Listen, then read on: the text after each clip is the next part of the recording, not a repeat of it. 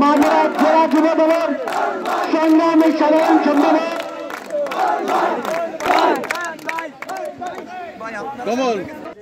জনাব ফিরোজ আহমদ ভাইকে আমি মঞ্চে আসার অনুরোধ জানাচ্ছি।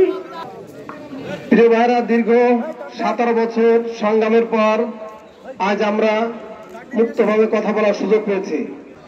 আমি আমার ছেলের ছোট ভাই রবিউল ইসলাম নয়নকে বিএনপির পক্ষ থেকে আন্তরিকভাবে অভিনন্দন জানাই। সে আমাদের এলাকার কৃতি সন্তান।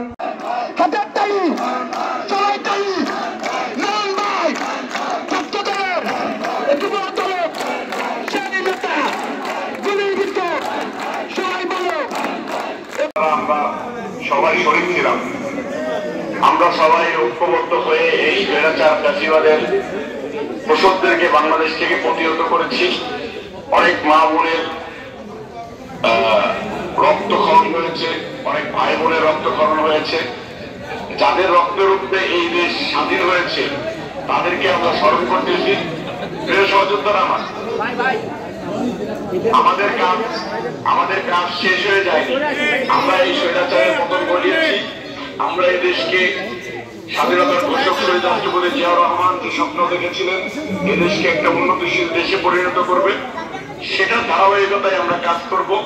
আমাদের প্রিয় নেতা বিএনপির ভারপ্রাপ্ত চেয়ারম্যান তারেক রহমান সাহেব যে গণতন্ত্রের জন্য আন্দোলন সংগ্রাম করে যাচ্ছেন, সেই আন্দোলনে আমরা অংশীদার হব।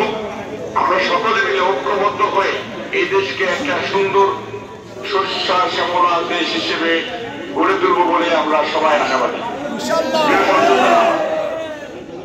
আমাদের প্রিয় নেত্রী বেগম খালেদা জিয়া দীর্ঘ বছর যাবৎ আন্দোলন সংগ্রাম করছে, গণতন্ত্রের জন্য লড়াই করছে। 3 প্রধানমন্ত্রী ছিল। দেশের উন্নয়ন সার্বভৌমত্ব রক্ষার ক্ষেত্রে তিনি সারা জীবন সংগ্রাম করে গেছেন। আমরা এই দেশের বেগম খালেদা জিয়ার এই আন্দোলনের অংশীদার হইতে চাই, আমরা এই উন্নয়নের অংশীদার হইতে চাই। সেটার জন্য আমাদেরকে এই যুবকদেরকে সামনে এগিয়ে আসতে হবে।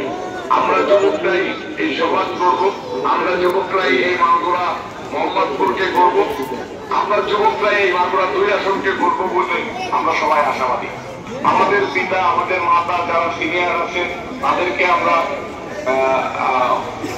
তাদের পরামর্শ নিয়ে সামনে কি কি কাজগুলো করা যায়, অসহায় দরিদ্র মানুষের জন্য কি কি কাজ করা যায়, কৃষকের জন্য কি কি কাজ করা যায়, শিক্ষা উন্নয়ন কিভাবে ডেভেলপ করা যায়, নারী পুরুষদের বিধবা নারীদেরকে কিভাবে ডেভেলপ করা যায়, তাদেরকে কর্মসংস্থানের ব্যবস্থা করে দেওয়া যায়, শিশুদেরকে কিভাবে আমরা খেলার মাঠে আনতে পারি, সেই জিনিসগুলা চিন্তাধারা রেখে আমরা সবাই এগিয়ে যাব।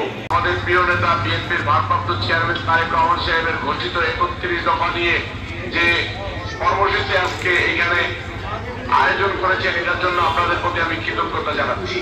প্রিয় সহযোদ্ধারা, আমাদের প্রিয় নেতা বিএনপির ভারপ্রাপ্ত চেয়ারম্যান যে 31 দফা দিয়েছেন, এই 31 দফা গ্রামে গ্রামে, পাড়া মহল্লায়, গলিতে গলিতে, ঘরে ঘরে পৌঁছে দেবো বলে আমরা অঙ্গীকারবদ্ধ। প্রিয় সহযোদ্ধারা, এই মোহাম্মদপুরে আপনারা যে 3 ইউনিয়ন মিলে যে আয়োজন করেছেন 31 দফা বাস্তবায়নের জন্য, প্রচারণার জন্য, সেটার যেন প্রতিফলন ঘটে। আমরা যেন প্রতিটা ঘরে ঘরে পৌঁছায় দিতে পারি, সবাই যেন তারেক রহমান সাহেবের এই চিন্তাধারা সম্বন্ধে জানে, সেই জিনিসগুলো আমরা লক্ষ্য রাখবো এবং বিভিন্নভাবে বিভিন্ন জায়গায় স্কুল, কলেজ, মাদ্রাসা, পাড়া মহল্লা, দোকান, বাজার, ঘাট সব জায়গায় আমরা 31 দফা সম্বন্ধে সবাইকে বুঝাবো। 31 দফা যদি বাংলাদেশে বাস্তবায়ন হয়, বাংলাদেশ হবে বিশ্বের বুকে রোল মডেল একটা কান্ট্রি।